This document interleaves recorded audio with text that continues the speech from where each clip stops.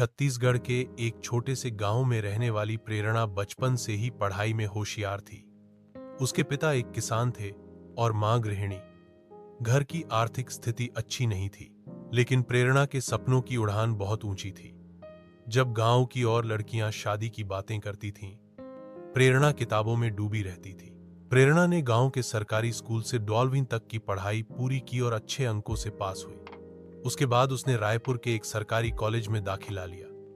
College की fees भरना मुश्किल था, लेकिन उसने ट्यूशन पढ़ाकर अपने खर्चे खुद उठाए। हर दिन सुबह 4 बजे उठकर पढ़ाई करना, दिन में कॉलेज जाना और शाम को बच्चों को पढ़ाना उसकी दिनचर्या बन गई थी। एक दिन उसके कॉलेज में एक पूर्व ईआईएएस अधिकारी का भाषण हुआ।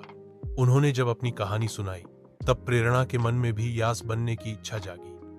उसने निश्चय किया कि चाहे कितनी भी मुश्किलें आएं, वह देश की सर्वोच्च सेवा में जाएगी। उसने ग्रेजुएशन के बाद पूरी तरह अपसी की तैयारी शुरू की। गांव लौटकर उसने वहीं रहकर इंटरनेट और किताबों के सहारे पढ़ाई की। बिजली कटौती, संसाधनों की कमी और लोगों की बातों ने उसे कभी नहीं रोका। वह रोजाना 10-12 घंटे पढ़ती, नोट्स बनाती और मॉक टेस्ट देती। पहली बार में उसका प्रीलिम्स नहीं निकला, लेकिन उसने हार नहीं मानी। दूसरी बार में उसने प्रीलिम्स और मेंस दोनों अच्छे से पास किए। इंटरव्यू में जब उससे पूछा गया, आप गांव में रहकर कैसे तैयारी कर पाए, तो उसने मुस्कुराकर कहा, अगर नियत और मेहनत साफ हो तो रास्ते खुद बनते हैं।